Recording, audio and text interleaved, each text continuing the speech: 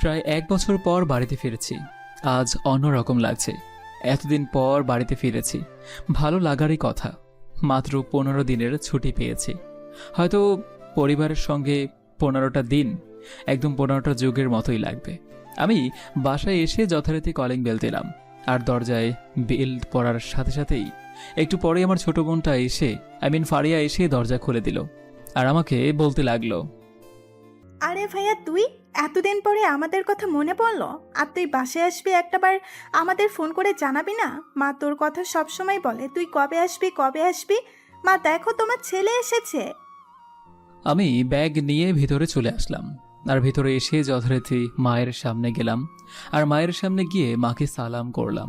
তারপর মা আমাকে কান্না করতে করতে জড়িয়ে ধরলো। এতদিন পর মা আমাকে দেখেছেন, জড়িয়ে ধরারই কথা। আমিও মাকে জড়িয়ে ধরে ভালো মন্দ জিজ্ঞেস করলাম, আর তখন মা বলতে লাগলো, আমি তোর জন্য প্রতিদিন পথ চেয়ে বসে থাকি, কখন তুই ফিরবি। যাক, ভালোই হলো। এখন থেকে আর তোর ওখানে যাওয়ার কোনো দরকার নেই। এখন থেকে তুই আমার কাছেই থাকবি। বাড়িটা কেমন যেন ফাঁকা ফাঁকা লাগে। মা এটা বললে কি আর হবে বলো? দেশের জন্য কাজ করছি, একটু তো স্যাক্রিফাইস করতেই হবে, তাই না? আর তারপর আমি আমার মায়ের রুমে চলে আসলাম। আর রুমে আসার পর আমার ছোট বোনটা যথারীতি আমার পিছনে পিছনে চলে আসলো, আর আমাকে বলতে লাগলো, কি রে, তুই এতদিন পরে আসলে কিন্তু আমার জন্য কোনো কিছু নিয়ে আসলি না। যা, তোর সঙ্গে আমি কথাই বলবো না। তুই তোর মতো থাকবি, আমি আমার মতো থাকবো। একদম আমাকে খোঁচা দিয়ে কোনো কথা বলবি না। তুই শুধু শুধু কেন বকবক করছিস বলতো? যা, গিয়ে ব্যাগ চেক কর। ব্যাগের মধ্যে তোর যা যা দরকার আমি তাই তাই এনেছি, বুঝতে পারছিস? পুরো 3 ঘন্টা ঘুরে ঘুরে মার্কেট করে এনেছি, তবুও তোর শরীরে লাগছে না, তাই না? তখনই ফারিয়া খুশিতে নাচতে নাচতে চলে গেল, আর আমিও ফ্রেশ হয়ে খাবার টেবিলে চলে আসলাম। আর খাবার টেবিলে এসে দেখি যথারীতি মা আমার জন্য নাস্তা বানিয়ে আমার জন্য বসে আছে। যেহেতু এখন সন্ধ্যার টাইম, তাই আমি এখন নাস্তা খাবো, আর এটা তো মা জানে।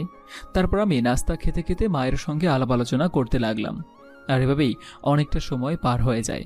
আর তখনই মা আমাকে বলতে লাগলো, সেই বর্ডারের কাছাকাছি তোরা থাকিস, কখন কি হয় সেটা তো আর বলা যায় না। আমারও তো একটা শখ থাকতেই পারে। এবার এসেছিস, এবার তোকে বিয়ে দিয়ে দিব। কি বলিস তুই?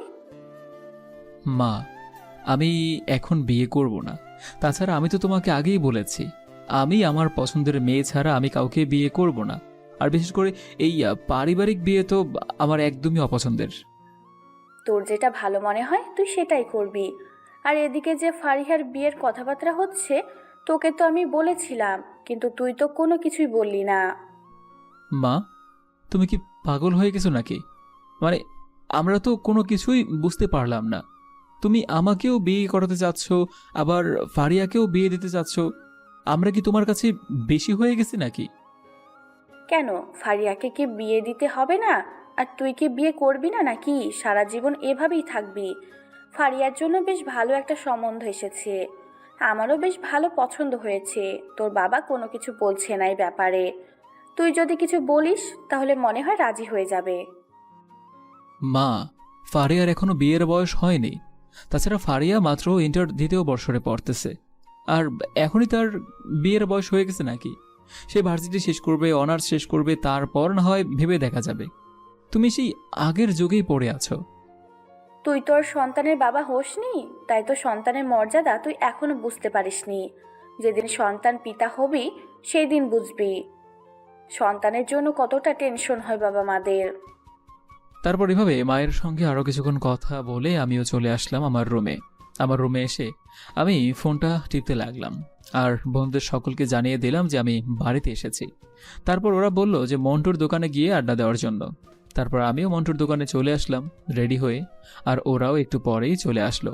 আর সবার সঙ্গে কথা বলতে লাগলাম, আর এভাবেই সময়টা বেশ ভালো করেই পার হয়ে গেল। আর তখনই এর মধ্যেই সাদ্দাম বলতে লাগলো, দোস্ত, তোর তো একটা ভালো চাকরি হয়ে গেল।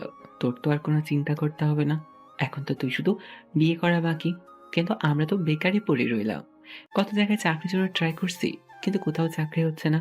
কি যে করব। আর বাবা মার কাছ থেকে টাকা নিতে ইচ্ছে করে না। নিজেরা কিছু একটা করতে পারলে অনেক উপকার হতো, কিন্তু আজকাল তো ঘুষ ছাড়া চাকরি হয় না। যেখানেই যাই সেখানেই বলে কত টাকা দিতে পারবেন। আর আমি তো ওনাদের দিকে ফ্যাল করে তাকিয়ে থাকি। কারণ এটা ছাড়া যে আমার আর কোনো কিছু করার নেই। যদি সামর্থ্য থাকতো তাহলে ঘুষ দিয়ে হলেও একটা চাকরি নিতাম।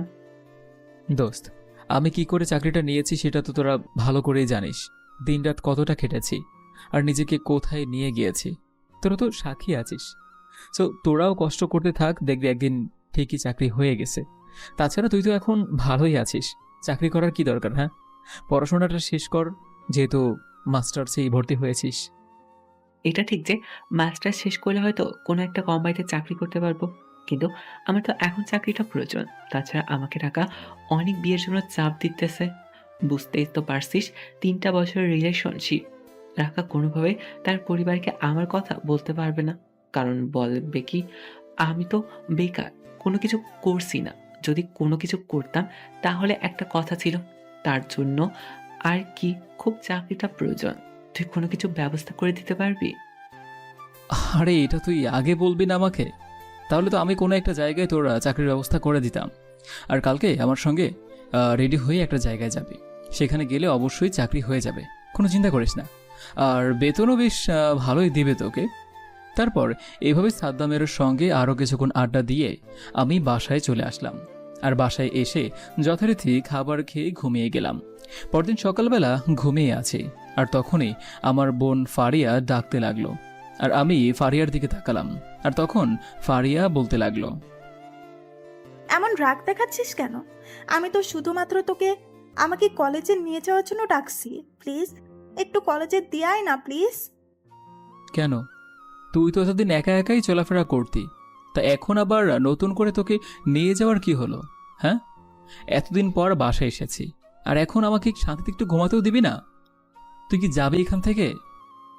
আরে তুই আমার সঙ্গে এমন করছিস কেন? একদিন গেলে তো আর কোনো কিচ্ছু হবে না। আর তুই এত বেলা পর্যন্ত ঘুমিয়ে থাকিস, তোর অফিসাররা তো তোকে এতদিনে মেরে তক্তা বানিয়ে দেওয়ার কথা। ওখানে আমাদের টাইম মতো উঠতে হয়, বুঝতে পারছিস? আর ওখানে আমাদের টাইম মতো সব কিছুই করতে হয়। ঠিক আছে, আমি রেডি হয়ে নিচ্ছি। আর তোর এত কথা বলতে হবে না, বেশি পেকে গিয়েছিস তুই। তোর বিয়ের ব্যবস্থা করতে হবে, বুঝতে পারছি। মা যেটা বলেছে সেটাই করব। দেখ, আমাকে কিন্তু একদম রাগাবি না বলছি। আমি কিন্তু এসব মোটেও সহ্য করব না। সোজা মাথায় বাড়ি মারবো তোকে। এই বলে আমি রুমে চলে আসলাম। আর রুমে এসে আমি কলেজের জন্য রেডি হয়ে নিলাম। এদিকে আমিও রেডি হয়ে নিলাম। আর রেডি হয়ে আমি খাবার টেবিলে চলে আসলাম। খাবার টেবিলে এসে যথারীতি খাবার খেতে লাগলাম। আর তখনই ফারিয়া আমাকে বলতে লাগলো, কি রে, তুই এসব ড্রেস পরেছিস কেন? ভালো কিছু পরে আয়। তোকে নিয়ে আমি এই প্রথমবার কলেজে যাচ্ছি। তোকে তো সবাই দেখবে, তাই না? এভাবে গেলে আমার মান সম্মান কি থাকবে? দেখ, আমি এখানে ফ্যাশন করতে যাচ্ছি না। আর যেখানে ফ্যাশন করার দরকার আমি সেখানে ফ্যাশন করতেই যাই, বুঝতে পারছিস? এখন বেশি কথা না বলে আমার সঙ্গে চল। আমার আবার তোকে কলেজে দিয়ে অন্য একটা জায়গায় যেতে হবে। আরে মা, তুমি কিছু বলছো না কেন? দেখো তো ভাইয়া কেমন করে যাচ্ছে, পুরো খ্যাতের মতো লাগছে। কলেজের মধ্যে যদি এসব পড়ে যায়, আমার মান সম্মানটা কোথায় যাবে বলো? তুই কি এখন আমার সঙ্গে যাবি নাকি আমি তোকে রেখেই চলে যাব? হ্যাঁ, তুই পরে একা একা কলেজ যাস, কোনো সমস্যা নেই। বেশি কথা বলবি না, তাড়াতাড়ি আয় আমার সঙ্গে। তারপর আমি বাইরে চলে আসলাম। আর বাইরে এসে আমি রিক্সার জন্য দাঁড়িয়ে আছি। আর তখনই বুঝতে পারলাম ফারিয়া বাইক নিতে বলছে। আমি বাইক নিলাম না। তারপর একটা রিক্সা করেই চলে গেলাম কলেজে। আর কলেজে আসার সাথে সাথে যথারীতি ভিতরে গেলাম। ফারিয়া আমার পিছনেই হেঁটে যাচ্ছে, আমি সামনাসামনি হেঁটে যাচ্ছি। আর তখনই হঠাৎ করে একটা মেয়ে এসে আমার সঙ্গে ধাক্কা লাগলো। আর তখন আমি মেয়েটাকে বলতে লাগলাম, বুঝলাম না, আপনি কি চোখ হাতে নিয়ে হাঁটেন নাকি? হ্যাঁ, এভাবে শরীরের ওপর এসে পড়ছেন কেন? ছেলে দেখলেই কি গায়ে পড়তে ইচ্ছে করে নাকি? এই ছেলে, তুমি আমাকে কি বললে এসব? তাছাড়া আমি এখানে স্লিপ খেয়ে পড়ে গেছি, তার জন্য আমি কন্ট্রোল করতে পারিনি। তুমি জানো আমি কে? তুমি এভাবে আমার সাথে কথা বলছো? কেন? আপনার সঙ্গে কথা বলার জন্য কি আমাকে অন্য কিছু করতে হবে নাকি? বুঝতে পারলাম না। দোষটা তো আপনার। সরি বলে এখান থেকে কেটে পড়েন। তখনই কোনো কিছু না বলে মেয়েটা এখান থেকে চলে গেল। আমি বুঝতে পারলাম না এখনকার মেয়েরা এরকম কেন। কাউকে কোনো কিছু করলে সরি বলতে হয়, এটাও বলে না। তখনই ফারিয়া আমাকে বলতে লাগলো, আরে ভাইয়া তুই কি করেছিস? এটা তো আমার সাদিয়া ম্যাডাম, এই কলেজে নতুন জয়েন করেছে পার্ট টাইম হিসাবে। উনি আমাদের ইংরেজি ক্লাস নেন। ঠিক আছে, তুই ভিতরে যা, আর আমার একটা কাজ আছে, আমি সে কাজে গেলাম, ঠিক আছে? আর হ্যাঁ, কোনো সমস্যা হলে আমাকে কল দিস, বুঝতে পারছিস? তারপর আমি সেখান থেকে চলে আসলাম। আমি মেয়েটার উদ্দেশ্য করে হাঁটছি। মেয়েটা কোথায় গেল কোনো কিছুই বুঝতে পারলাম না। দেখতে পারলাম না ফারিয়ার জন্য। মেয়েটাকে আমার অনেক পছন্দ হয়ে গেছে। আমি তো আমার মনের মানুষ পেয়েই গেছি এখন। তারপর আমি খুঁজতে খুঁজতে দেখলাম সাদিয়া ম্যাডাম রিকশার জন্য অপেক্ষা করছে। আমি অনেক দূরে থেকেই তাকিয়ে আছি। এটা উনি একটু পরে লক্ষ্য করলেন, আর তখনই আমার কাছে আসলেন বিদ্যুতের গতিতে, আর এসেই বলতে লাগলো, এই ছেলে, তোমার কি কোনো কাণ্ডজ্ঞান নেই? তুমি জানো আমি কে? আমি হচ্ছে এই কলেজের ম্যাডাম, এখানে নতুন জয়েন করেছি।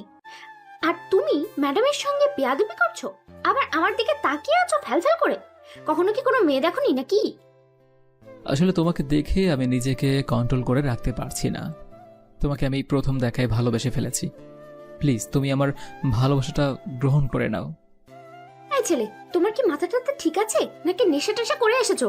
কোথা থেকে যে আসে এসব ছেলে। তারপর আমি সেখান থেকে চলে আসলাম, আরেকটা রিক্সা নিয়ে বাসার উদ্দেশ্যে যেতে লাগলাম। আমি মেয়েটাকে ফলো করতে করতে মেয়েটার বাসার সামনে চলে আসলাম। মেয়েটার বাসাটা চিনে বেশ ভালোই হলো, অন্য সময় আসা যাবে। আর তারপর সেখান থেকে চলে আসলাম। আর সেখান থেকে এসে আমি সাদ্দামকে নিয়ে আমার একটা বন্ধুর অফিসে চলে আসলাম। আর বন্ধুর অফিসে এসে আমি বসলাম।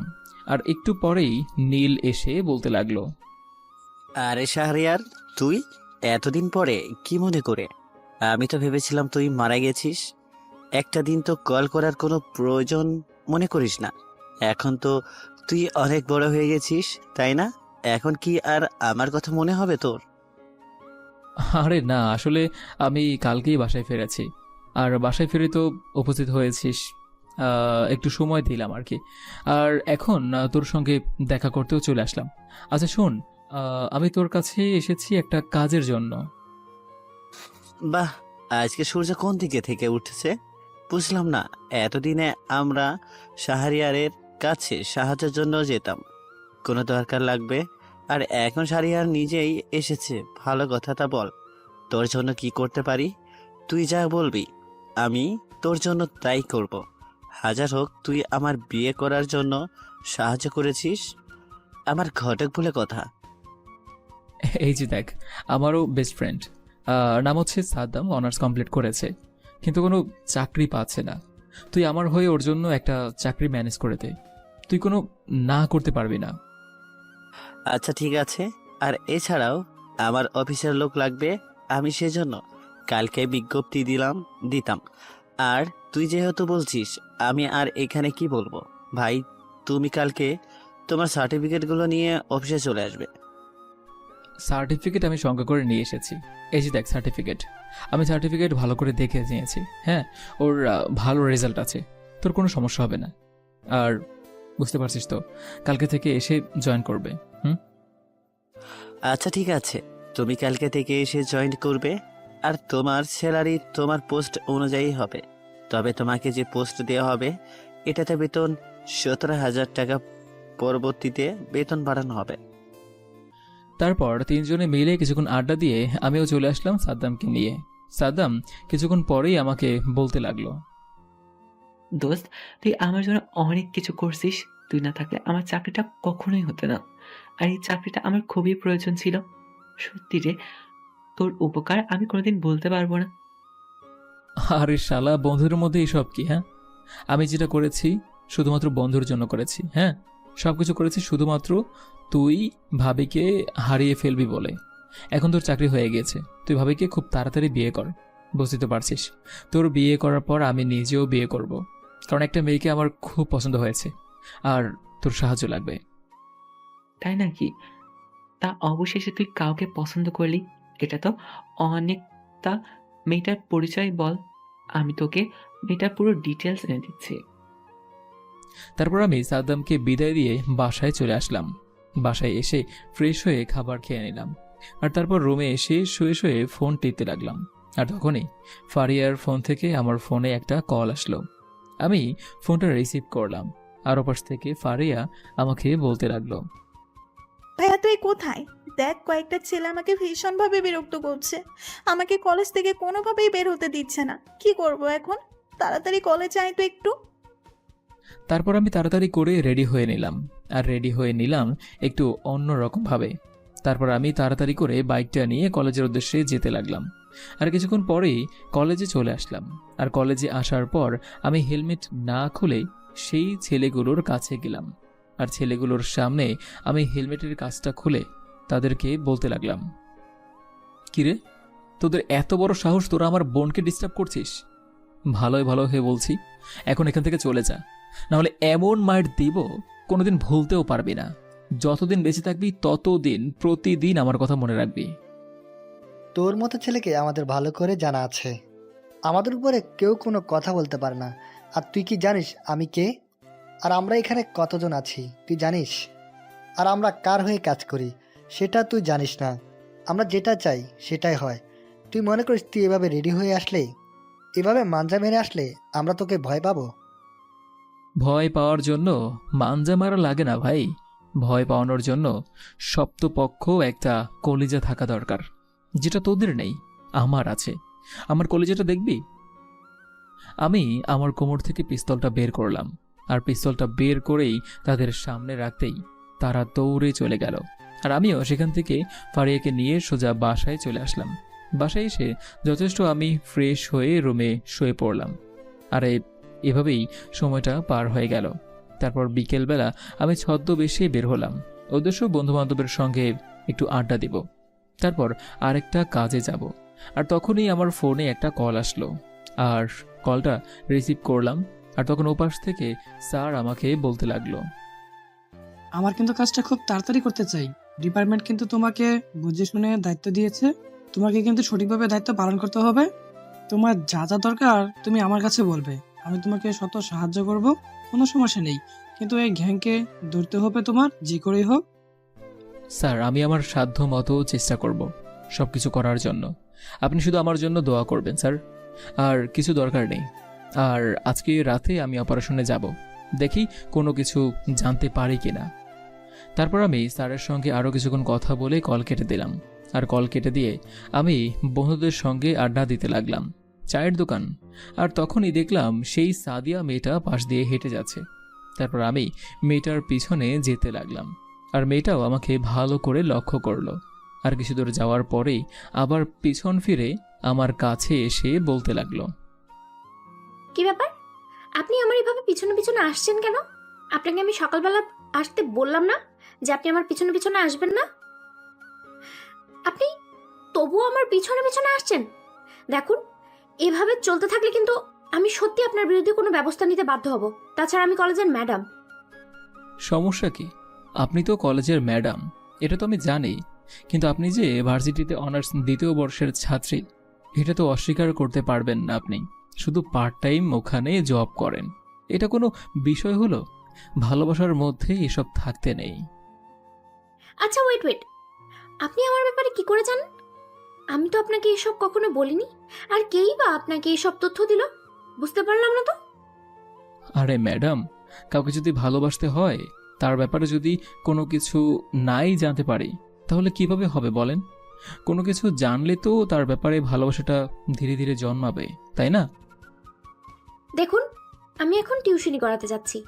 আপনার সাথে এইসব আজাইরা কথাবার্তা বলে কোনো সময় নষ্ট করতে চাই না। আপনি আমার পিছনে আসবেন না, এটাই শেষ কথা। বুঝতে পেরেছেন? এই বলে সাদিয়া আবার হাঁটা দিল, আর আমিও তার পিছনে যেতে লাগলাম। আর সে বারবার পিছনে রাগী দৃষ্টিতে আমার দিকে তাকাচ্ছে। বিনিময়ে আমি তার দিকে মুচকে মুচকে হাসি দিচ্ছি। আর তারপর সে একটা বাসার ভেতরে চলে গেল, আর আমি চলে আসলাম আমাদের আড্ডাখানায়। আর তখন সাদ্দাম বলতে লাগলো, আরে ভাই, এত অস্থির হওয়ার কি আছে? ভাবি তো মনে হয় এদিক দিয়ে যাবে, তাহলে এত পাগল হওয়ার কি আছে? ধৈর্য ধর। দোস্ত, তোর ভাবির হাসিটা দেখতে কত ভালো লাগে বলে বোঝাতে পারবো না। এমন হাসি আমি কখনোই দেখিনি। ঠিক এমন একটা মানুষ খুঁজেছিলাম আমি, যাকে দেখলে বুকের ভিতর অন্যরকম ফিলিংস কাজ করবে, বুকের ভিতর মোচড় দিয়ে উঠবে। বুঝতে পারছি বন্ধু, আমার সাহিত্য বলতে শুরু করে দিয়েছে। আমার বাসায় যেতে হবে রে, কালকের জন্য একটু প্রস্তুতি নিতে হবে তাই। আচ্ছা ঠিক আছে, আমি তোর ভাবিকে দেখে তারপর যাব। তখনই সাদ্দাম চলে গেল। আমি সেখানেই বসে বসে ফোন টিপতে লাগলাম। আর আমি প্রায় 1 ঘন্টা 18 মিনিট বসে থাকার পর দেখি যে সে এদিক দিয়েই হেঁটে আসছে। আমি তাড়াতাড়ি করে তার সামনে এগিয়ে গেলাম, আর সে আমার দিকে রাগী চোখে তাকিয়ে বলতে লাগলো, কি ব্যাপার, আপনি আবারও আমার সামনে এসেছেন? আমি না আসতে নিষেধ করেছি আপনাকে। আপনার কি লজ্জা শরম বলতে কিছু নেই নাকি? ছেলেদের লজ্জা শরম একটু কম থাকে, এটা তো ভালো করেই জানেন তাই না? আর তাছাড়া আমার তো লজ্জা শরম একদমই নাই, একদম পুরাই ফ্রি। সেই জন্যই তো এত কথা বলেও আপনাকে আমার পেছন থেকে সরাতে পারছি না। আর দেখেন, এভাবে আমার পিছনে আসবেন না, আমার অসুবিধা হয় অনেক। তোমার কেন অসুবিধা হবে বলো? তোমার তো অসুবিধা হওয়ার কোনো কথা নাই তাই না? আর আমি তো তোমাকে বিরক্তও করছি না, রাস্তায় তোমাকে দাঁড়িয়েও রাখছি না তাই না? আমাকে এত বিরক্ত করার পরেও আপনি বলছেন আপনি আমাকে বিরক্ত করছেন না? আপনি কি সত্যি পাগল? মাথায় সমস্যা আছে নাকি আপনার? প্রেমে পড়লে সবাই পাগল হয়ে যায়, আর আমার কি দোষ? তোমাকে দেখার পর থেকে নিজেকে ধরে রাখতে পারছি না, কি করব বলো? অস্থির হয়ে গেছি। পাগল হয়ে গেলে পাবনায় গিয়ে ভর্তি হন, তবুও আমার সামনে আসবেন না। আমার দেরি হয়ে যাচ্ছে, আমি বাসায় যাব। তাছাড়া আমার বয়ফ্রেন্ড আছে, বিরক্ত করে লাভ নেই। আজকে থেকেই মাত্র শুরু হলো, আর এখনই তুমি এমন হাঁপিয়ে গেছো? এটা কি হয় বলো? আরো কত কিছু সহ্য করতে হবে তোমার। সারা জীবন একসাথে কিভাবে থাকবে? আপনার সাথে সারা জীবন থাকার জন্য মনে হয় আমি পথ চেয়ে বসে আছি। আপনার জন্য কিন্তু আমার সত্যি অনেক দেরি হয়ে যাচ্ছে, প্লিজ। আমি তখনই একটা রিক্সাকে দাঁড় করিয়ে দিলাম, আর আমি সাদিয়াকে বললাম রিক্সায় ওঠার জন্য, আর আমি রিক্সাওয়ালা মামাকে ভাড়া দিয়ে দিলাম। আর তখন সাদিয়া বলল, কি ব্যাপার, আপনি আমার রিক্সা ভাড়া দিয়ে দিলেন কেন? আমাকে কি আপনার ফকির মনে হয় নাকি? আপনি এখান থেকে যান। শুধু শুধু বাসায় যাচ্ছি, দেরি হয়ে যাচ্ছে তাই, নাহলে আপনার টাকা রিক্সায় উঠতাম না। এই মামা, সাবধানে নিয়ে যেও, এটা কিন্তু তোমার ভাগিনার একমাত্র বউ, বুঝতে পারছো? তারপর রিক্সাওয়ালা মামা মুচকি একটা হাসি দিয়ে চলে গেল, আর আমিও তাকিয়ে রইলাম। যে পর্যন্ত দেখা যায় সেই পর্যন্ত। আসলে প্রিয় মানুষটাকে যত দেখা যায় ততই ভালো লাগে। তারপর আমি মন্টু মামার দোকানে এসে ড্রেস পরে কোমরে পিস্তল নিয়ে নিলাম, আর ছদ্মবেশে যেতে লাগলাম জঙ্গলের দিকে। আর হাঁটতে হাঁটতে চলে আসলাম জঙ্গলে। আমি জঙ্গলে এসে আমার হিডেন ক্যামেরা বের করে রেকর্ড করতে লাগলাম। আর হঠাৎ করে কিসের যেন বাজে একটা স্মেল আসছে। আমি দেখার জন্য সেদিকে যেতে লাগলাম, আর কিছু দূর আসতেই দেখতে পেলাম আরেকটা লাশ পড়ে রয়েছে। লাশটার হাত কেটে ফেলা হয়েছে, মুখটা কি দিয়ে যেন থেতলে দেওয়া হয়েছে। আমি লাশ থেকে ফিঙ্গারপ্রিন্ট নিতে লাগলাম, আর মাত্র একজনের ফিঙ্গারপ্রিন্ট পাওয়া গেল। আমি রাকিবকে কল দিয়ে আসতে বললাম, আর একটু পর রাকিব অ্যাম্বুলেন্স নিয়ে চলে আসলো, আর আমি লাশটাকে ফরেন্সিক ল্যাবে পাঠিয়ে দিলাম। আমি আরও সামনের দিকে যেতে লাগলাম, আর কিছু দূর যেতেই কিছু লোকজনের আওয়াজ শুনতে পাচ্ছি, আর আমি লুকিয়ে পড়লাম। দেখতে পেলাম একটা মেয়ে শর্ট জামা কাপড় পরে দুইটা ছেলের সাথে কথা বলছে। কি বলছে সেটা বোঝার জন্য আরও সামনে এগিয়ে গেলাম, আর ভিডিও করতে লাগলাম। আর তখন মেয়েটা বলতে লাগলো, শোন তোরা, আমি তোদেরকে যেভাবে বলেছি তোরা ঠিক সেভাবে কাজ করবি, এর মধ্যে কোনো প্যাচ লাগাবি না একদম।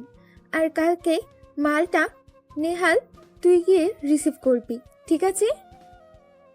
বস, কালকে কিন্তু আমার 1 লাখ টাকা লাগবে।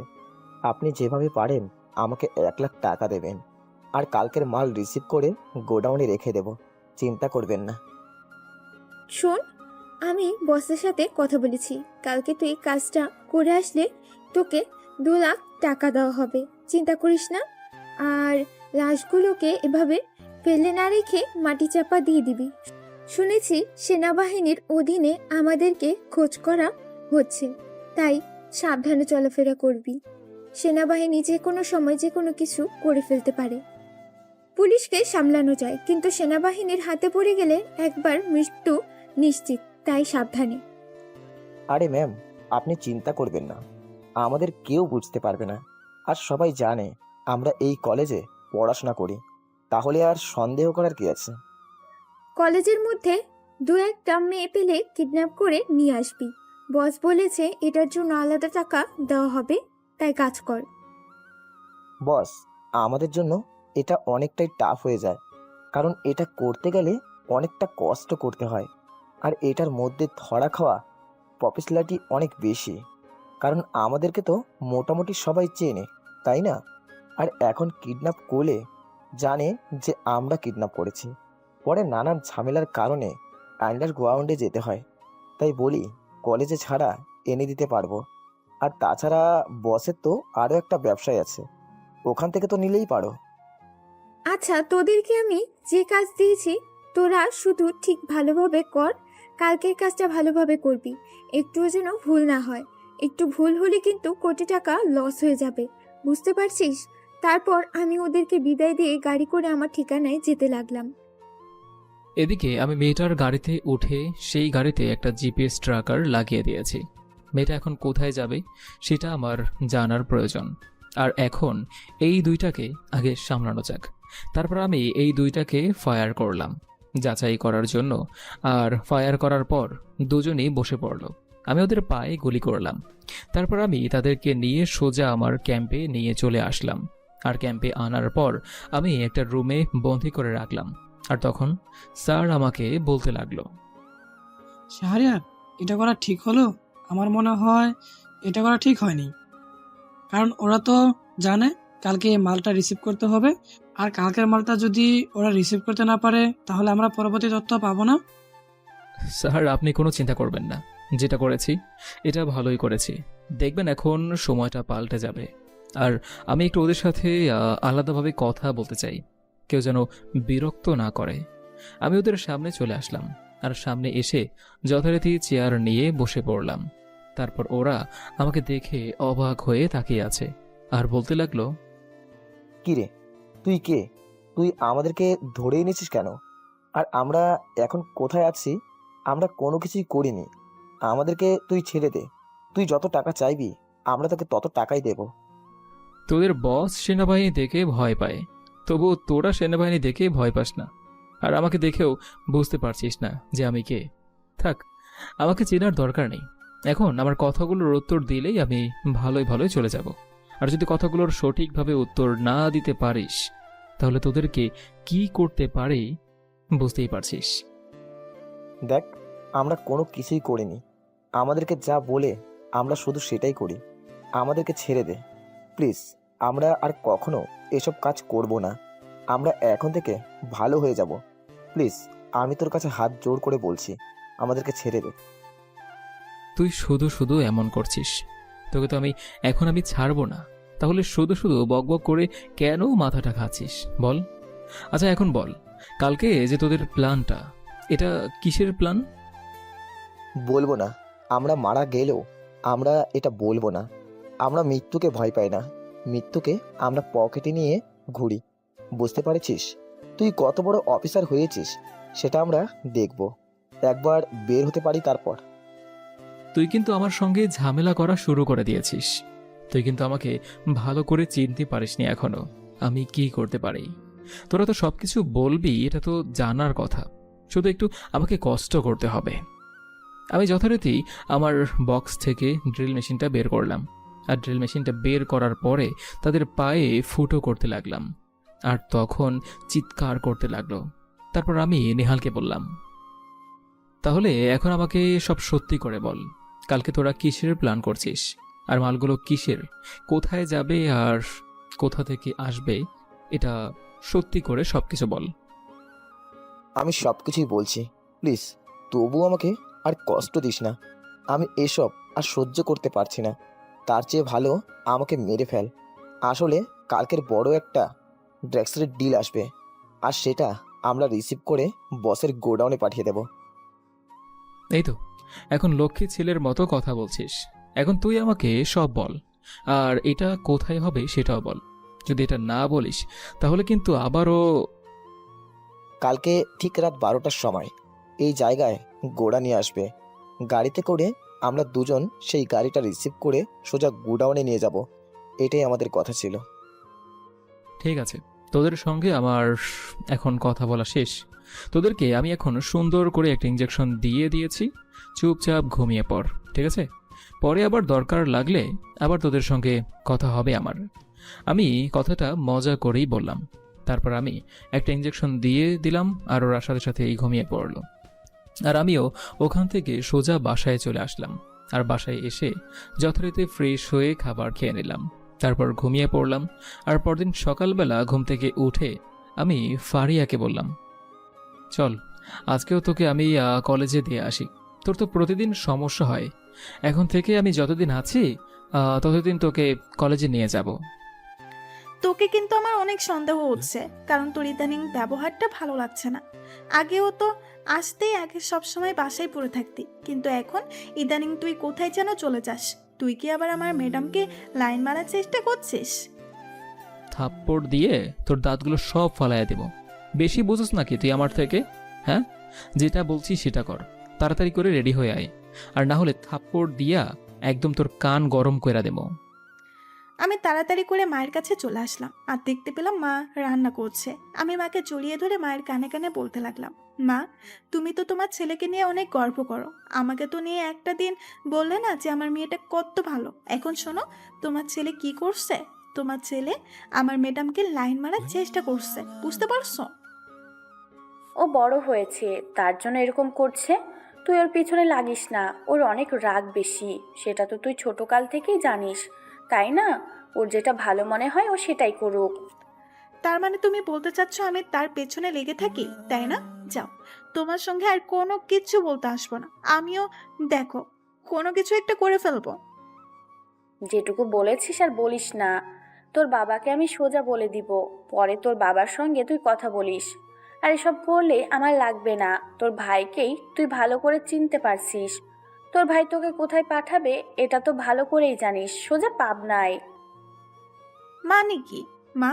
ভাইয়া যদি রিলেশন করে বিয়ে করতে পারে, তাহলে আমি কেন রিলেশন করে বিয়ে করতে পারবো না? তুমি আমার উপর কেন অবিচার করছো বলো তো? আমি তোমার কি ক্ষতি করেছি? মাকে আমি মজা করেই বললাম।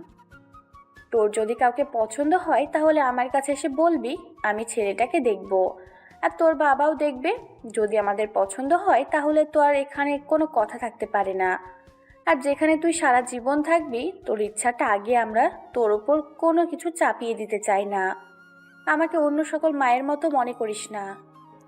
তারপর আমি মায়ের সঙ্গে আর কোনো কথা না বলে রুমে চলে আসলাম। আর রুমে এসে যথারীতি রেডি হয়ে নিলাম। আর রেডি হয়ে তাড়াতাড়ি করে খাবার টেবিলে আসলাম। আর খাবার টেবিলে এসে যথারীতি মাকে খাবার দিতে বললাম। আর তখনই বচ্চা চলে আসলো আর এসে আমার মাথায় একটা বাড়ি মারলো। আমি বললাম, তোর কি আর কোনো কাজ নেই? তুই সবসময় আমাকে মারিস। তুই বাসায় না আসলেই ভালো থাকি আমি। আচ্ছা শোন, তোকে আমি একটা কথা বলি, তুই কি আমার কথাটা রাখতে পারবি? তুই কিন্তু কাউকে বলতে পারবি না। তোর ম্যাডামের নাম্বারটা আমাকে দিতে পারবি? তার বিনিময়ে তোকে আমি টাকা দেব, চিন্তা করিস না। তোর কি লজ্জা শরম বলতে কোনো কিছুই নেই? তুই আমার ম্যাডামের সঙ্গে রিলেশন করতে চাচ্ছিস, ও আবার তোর লজ্জা শরম থাকবে কি করে? তার উপর আবার ছোট বোনের কাছে নাম্বার চাচ্ছিস। এভাবে বলার কি আছে? আমি তো তোর জন্যই নাম্বারটা চাচ্ছি। হ্যাঁ, তুই ম্যাডামের কাছে প্রাইভেট পড়বি, তার জন্য তোর প্রাইভেটের জন্য আমি ম্যাডামের সঙ্গে বলবো না? মানে আমি তোর বড় ভাই হিসেবে কি এটা করতে পারি না? বল। যাই করিস, ম্যাডামকে আমার পরিচয় দিস না। যদি আমার পরিচয় দিস তাহলে কিন্তু আমার অবস্থা খারাপ করে দেবে। কিন্তু ম্যাডাম, তুই তোর মতো করে যা করার করবি। আর আমার সঙ্গে বেশি বাড়াবাড়ি করলে আমি কিন্তু ম্যাডামকে সব কিছু খুলে বলবো। আর তখন তো বুঝতেই পারবি তোর অবস্থাটা কি হবে। তারপর আমি অনেক কষ্টে ফারিয়ার কাছ থেকে নাম্বারটা নিলাম। আর তারপর রেডি হয়ে ফারিয়াকে নিয়ে চলে আসলাম কলেজে। ফারিয়াকে কলেজের সামনে নামিয়ে দিয়ে আমি একটা দোকানে বসেছিলাম আর অপেক্ষা করছিলাম কখন আমার প্রিয় মানুষটা আসবে। আর কিছুক্ষণ পর দেখলাম সাদিয়া হেঁটে হেঁটে আসছে। আমি আজও বুঝলাম না সাদিয়া কেন শুধু শুধু হেঁটে হেঁটে আসে। তারপর আমি সাদিয়ার সামনে গেলাম আর সাদিয়াকে বললাম, প্রতিদিন এভাবে মানে হেঁটে হেঁটে আসার কি বেশি কোনো দরকার ছিল? চাইলে তো রিক্সা করে আসতে পারতে, তাই না?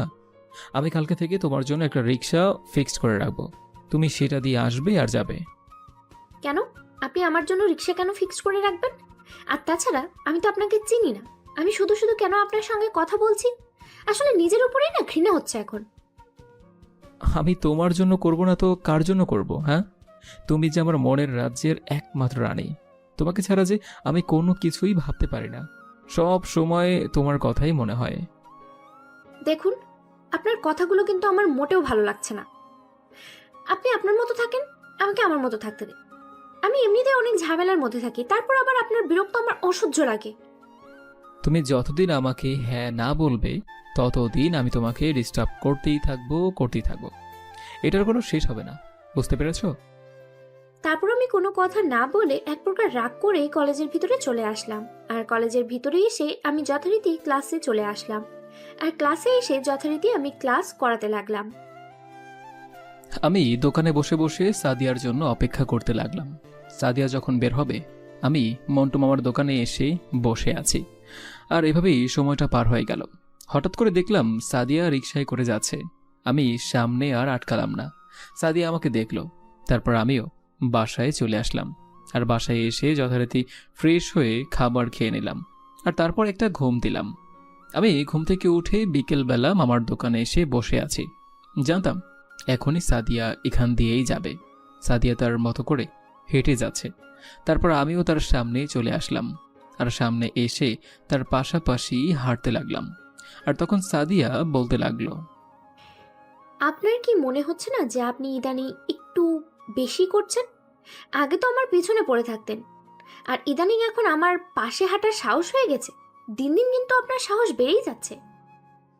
প্রিয় মানুষটার পাশাপাশি হাত ধরে হাঁটার এটা সবচেয়ে অনেক বড় ভালো লাগে। কিন্তু তুমি তো তোমার হাত ধরতে দিবে না, তাই তোমার পাশাপাশি হাঁটি, এটাই আমার কাছে ভালো লাগে। আর আমি কি সত্যি অনেক খারাপ? আমাকে কি একটু ভালোবাসা যায় না? না, আপনাকে একটু আমার ভালো লাগে না। যদি আপনাকে ভালো লাগতো তাহলে তো আমি আপনাকে হ্যাঁ বলে দিতাম, শুধু শুধু আপনাকে পেছনে ঘোরাতাম না। বুঝতে পেরেছেন? আর যেহেতু আমার আপনাকে পছন্দ নয়, তাহলে শুধু শুধু কেন আমার পিছনে পড়ে আছেন? অন্য কাউকে বিয়ে করে সুখে থাকেন। অন্য কাউকে বিয়ে করব মানে? আমি তো শুধু তোমাকেই বিয়ে করব। তোমাকে ছাড়া আমি অন্য কাউকে বিয়ে করব না। আর তোমাকে ছাড়া তো আমি কাউকে কল্পনাও করতেই পারি না। আর সেখানে তো বিয়ে অনেক দূরের কথা। আমি যে আপনাকে কিভাবে বোঝাবো সেটাই আমি বুঝতে পারছি না। আমি আপনার জ্বালায় পাগল হয়ে যাচ্ছি। দেখুন, আর আসবেন না সামনে। আমার স্টুডেন্টের বাসা, ওরা দেখলে সমস্যা হতে পারে। তারপর আমি আর সামনে এগিয়ে গেলাম না, সেখানেই দাঁড়িয়ে রইলাম আর তাকে দেখতে লাগলাম। তারপর আমি আবারও মন্টু মামার দোকানে এসে বসে থাকলাম। কখন আবার সাদিয়া যাবে? একটু পরেই সাদিয়া আসলো।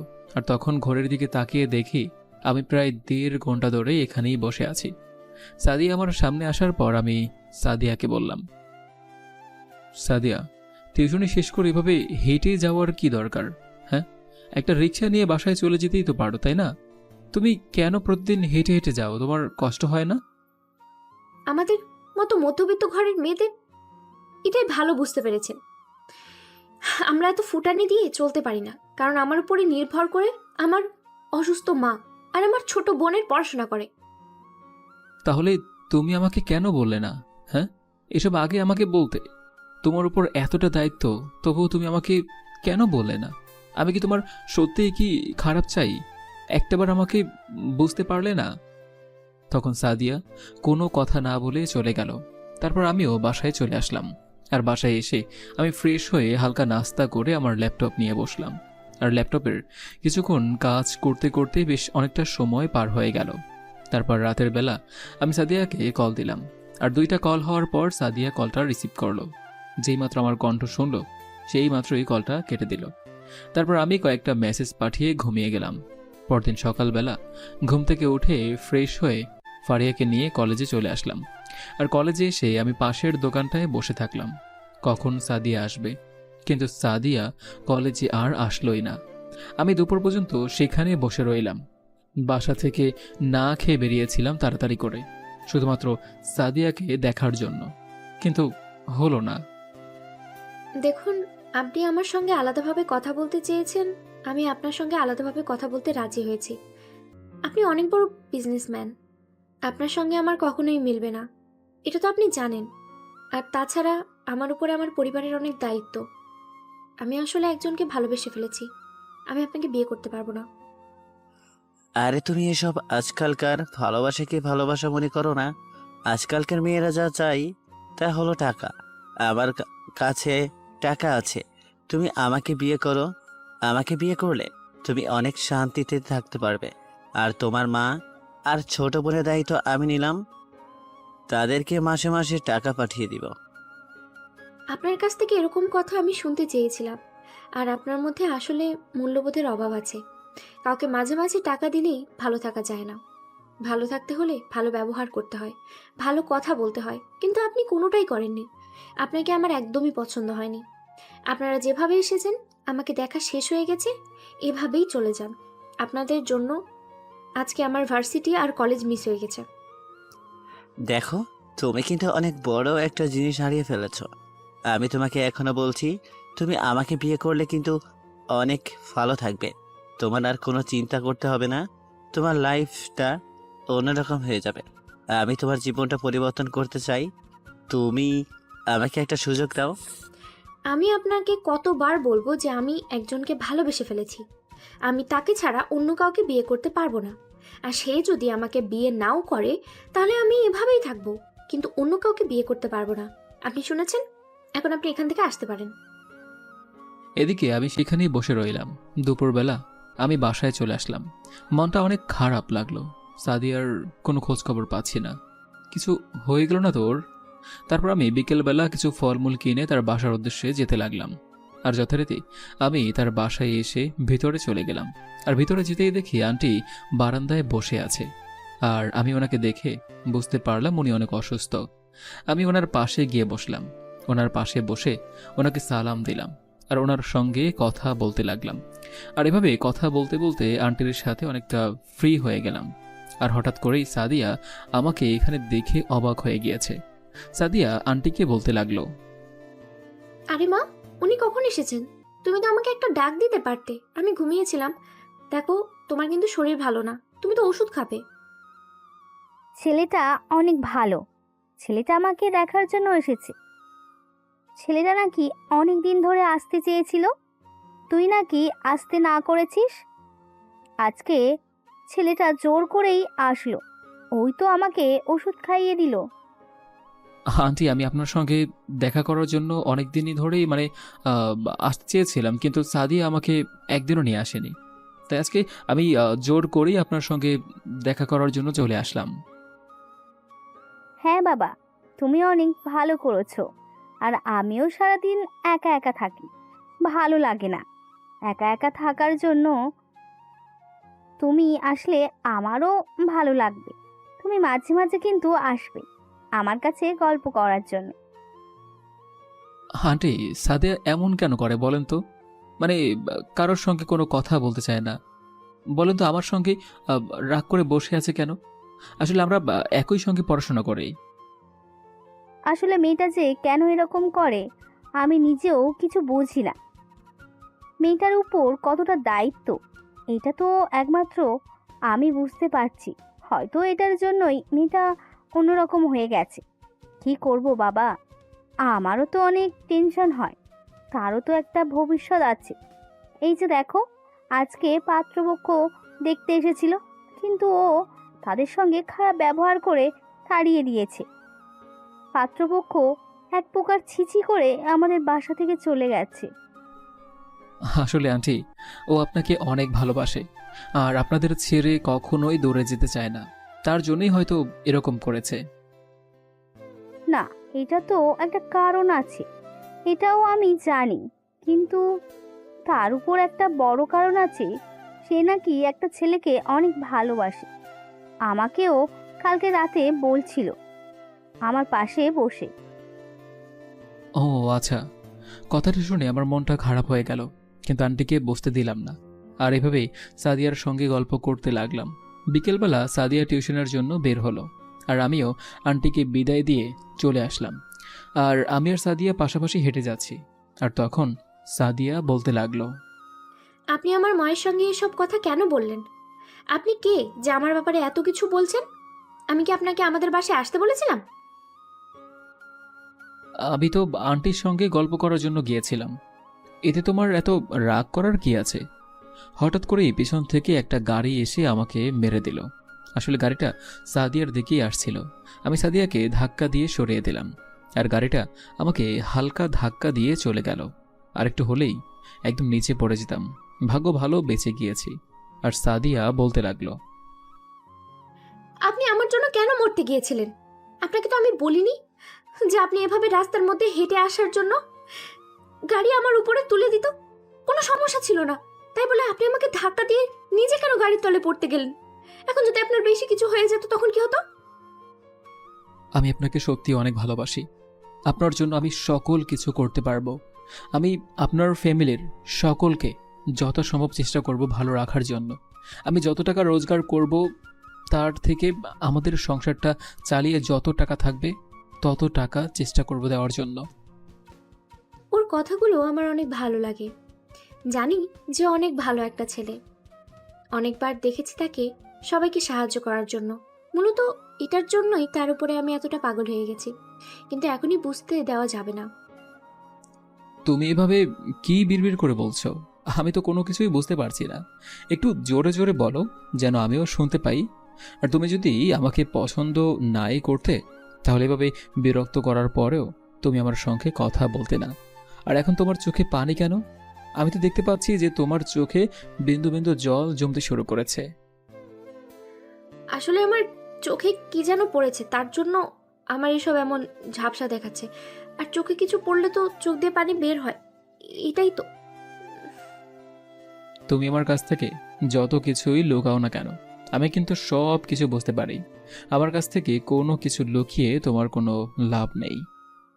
আমি কিন্তু আপনার কাছে কোনো কিছু লুকাইনি, বুঝতে পেরেছেন? আমি আমার মতো থাকবো আর আপনি থাকবেন আপনার মতো, এটাই শেষ কথা। আপনাকে ভালোবাসার জন্য আমার বয়ে গেছে। তুমি এতটা পাষাণ কি করে হলে বলো তো? তোমার চোখ বলছে তুমি আমাকে ভালোবাসো, আর তুমি মুখে অস্বীকার করছো। আমি তোমার চোখগুলো দেখে সব কিছু বুঝতে পারি। যাই কিছু হয়ে যাক, আমার কিন্তু এখন টিউশনি করাতে যেতে হবে। আপনার সাথে এভাবে গল্প করলে কিন্তু আমার হবে না। আপনি আপনার বাসায় চলে যান, আমি গেলাম। তারপর আমি সাদিয়াকে একটা রিকশায় তুলে দিলাম, আর সাদিয়া রিকশায় করে চলে গেল। আর আমিও বাসায় চলে আসলাম। বাসায় আসার পর দেখলাম সাদিয়া আমাকে লুকিয়ে লুকিয়ে দেখছে। তার মানে মানুষটা আমাকে সত্যি অনেক ভালোবাসে, কিন্তু প্রকাশ করতে চাচ্ছে না। আমি বাসায় এসে ফ্রেশ হয়ে খাবার খেয়ে নিলাম, আর কিছুক্ষণ শুয়ে থাকলাম। আর এভাবেই সময়টা পার হয়ে গেল। রাতের বেলা আমি সাদিয়াকে কল দিলাম, আর সাদিয়ার সঙ্গে বেশ কিছুক্ষণ কথা বলে আমি ঘুমিয়ে গেলাম। পরদিন সকালবেলা আমার ঘুমটা ভেঙে গেল সাদিয়ার কলের কারণে। আর আমি ঘুম ঘুম চোখে সাদিয়ার কলটা রিসিভ করলাম।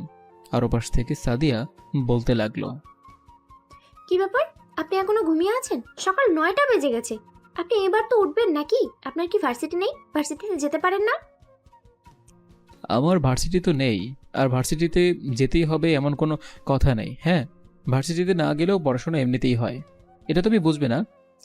বুঝতে পেরেছ? তারপর আমি তাড়াতাড়ি করে ফ্রেশ হয়ে নিলাম, আর ফ্রেশ হয়ে চলে আসলাম ফারিয়াকে নিয়ে কলেজে। আর ফারিয়াকে পাঠিয়ে দিয়ে আমি সাদিয়ার জন্য ওয়েট করতে লাগলাম।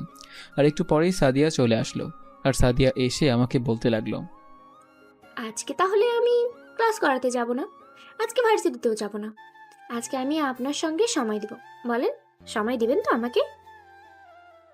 আমি কথাটা শুনেই মুচকি হেসে দিলাম। তারপর আমি সাদিয়াকে নিয়ে চলে আসলাম পার্কে। আর পার্কে এসে যথারীতি দুজনে বসে গল্প করতে লাগলাম।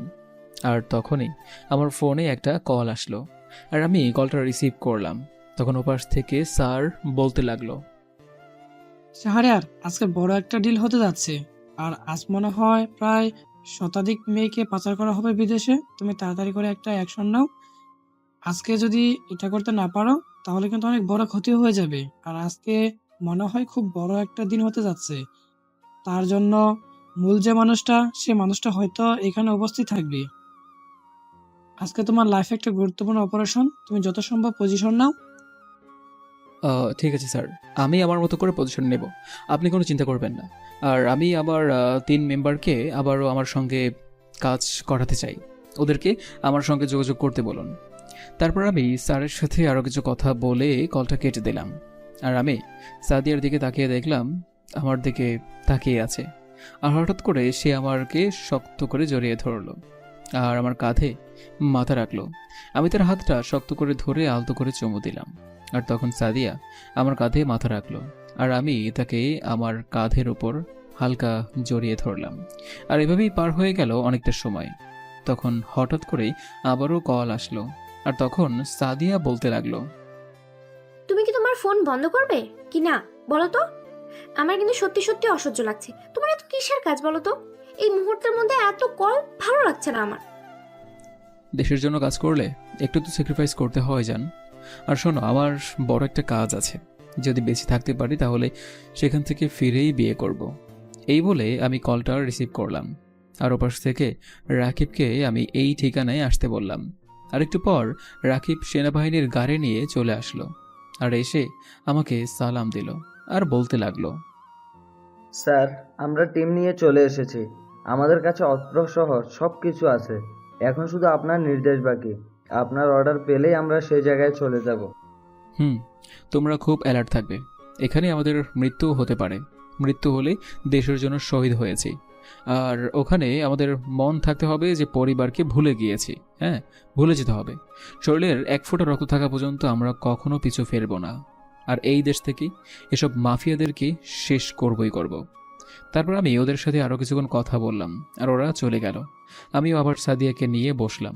আর তখন সাদিয়া আমার সাথে কোনো কথা বলছে না। আমি সাদিয়ার হাতটা ধরার চেষ্টা করলাম, তখন সাদিয়া হাতটা একটা ঝটকা দিয়ে সরিয়ে দিল। আমি সাদিয়াকে আমার দিকে ফেরালাম, আর সাদিয়াকে বললাম, কী ব্যাপার, আমার পাগলিটা এমন আমার ওপর অভিমান করে আছে কেন? বুঝতে পারলাম না। আমি তো কোনো কষ্ট দেইনি আমার পাগলিটাকে। শয়তান কুত্তা, আমাকে মিথ্যা কেন বললে? তুমি তুমি আর্মি অফিসার, তাহলে এটা আগে আমাকে বলেন না কেন? হ্যাঁ, আমার কাছে কেন লুকালে?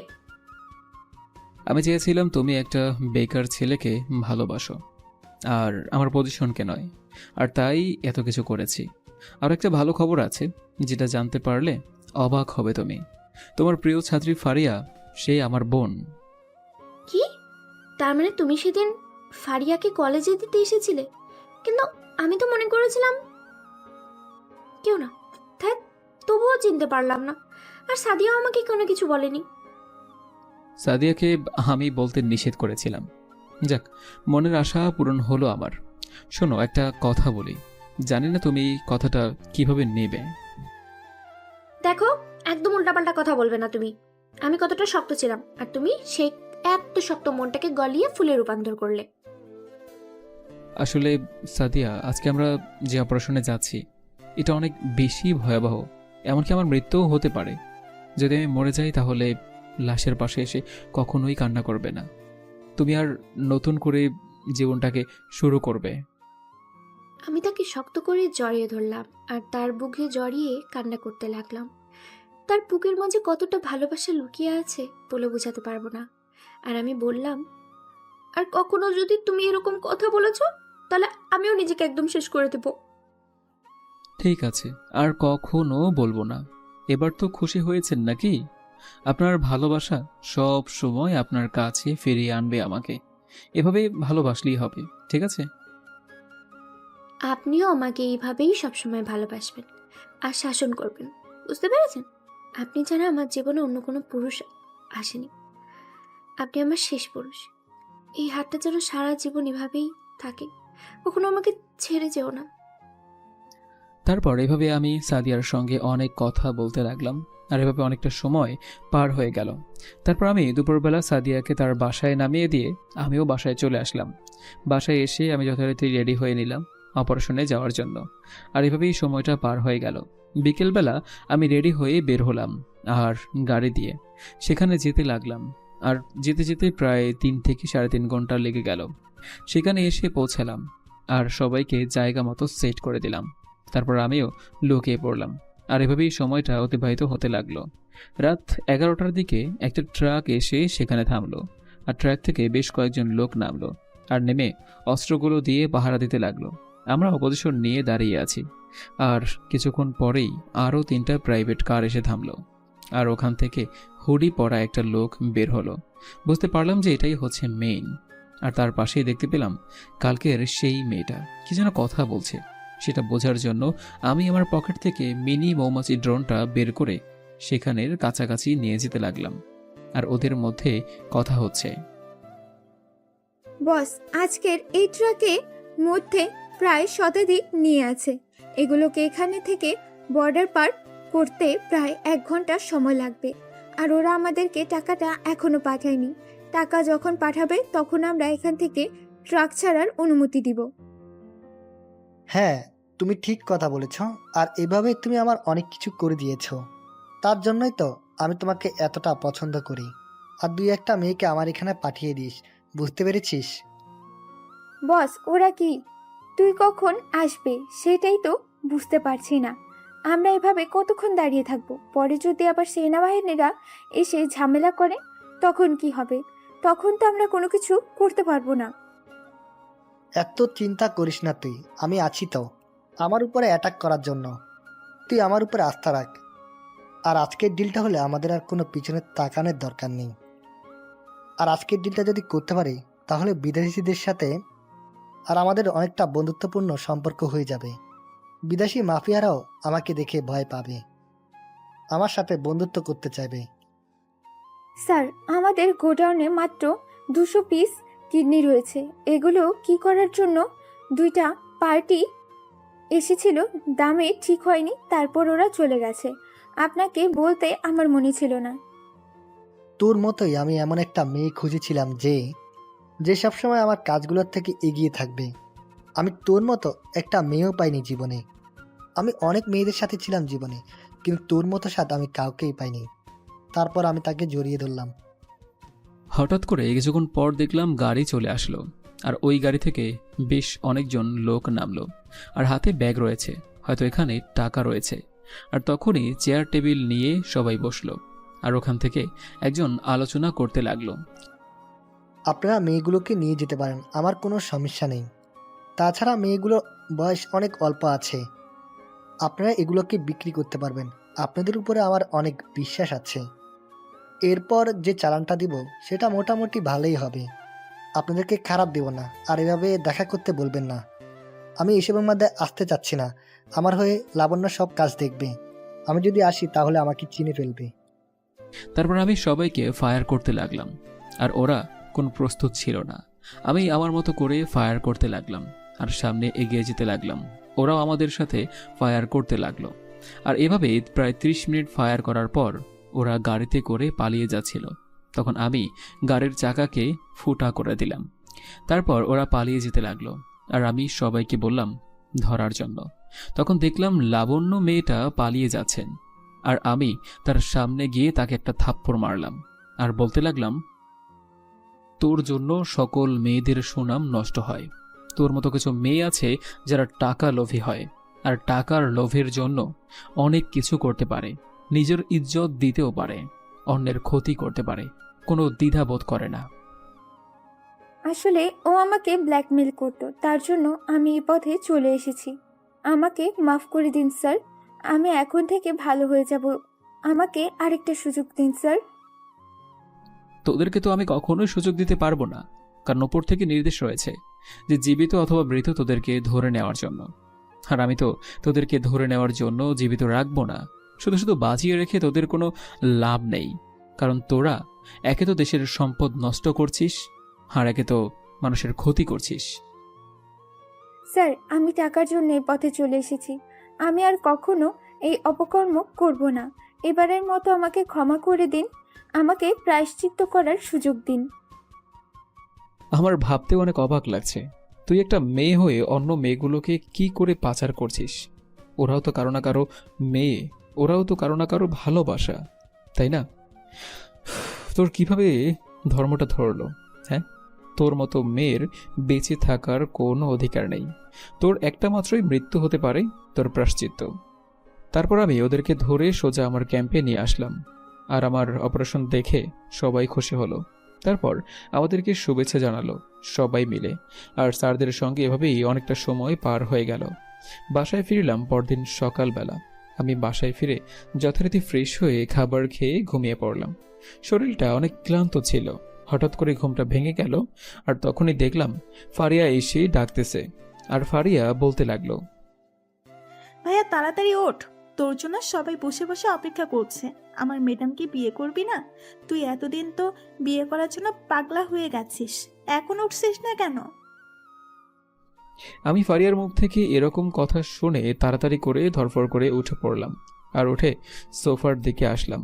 আর আমি সবার দিকে তাকিয়ে দেখতে পেলাম আমার সকল বন্ধুবান্ধব, সাদিয়ার মা এবং সাদিয়ার ছোট বোন সবাই এসেছে। আমি কোনো কিছুই বুঝতে পারলাম না, হঠাৎ করে সবাই কেন আসলো। আর তখন সাদ্দাম আমার কাছে এসে বলতে লাগলো, আরে ভাই, তোর তো বিয়েটা হয়ে যাচ্ছে, এখন আমার কি হবে? আন্টি তোর বিয়ের এমন হঠাৎ করে ঠিক করলো কেন? কোনো কিছু বুঝতেই পারলাম না। আর সাদিয়া মেয়েটা আসলেই অনেক ভালো, মেয়েটা তোকে অনেক ভালোবাসবে। সাদ্দামের সঙ্গে কথা বলতে লাগলাম, আর তখনই মা আমার কাছে আসলো। মা আমার কাছে পাঞ্জাবি আর পায়জামা দিয়ে বলতে লাগলো, আমি অনেক আগে বুঝতে পেরেছিলাম যে তুই সাদিয়াকে পছন্দ করিস, আর ফারিহা আমাকে সব কিছু বলেছে।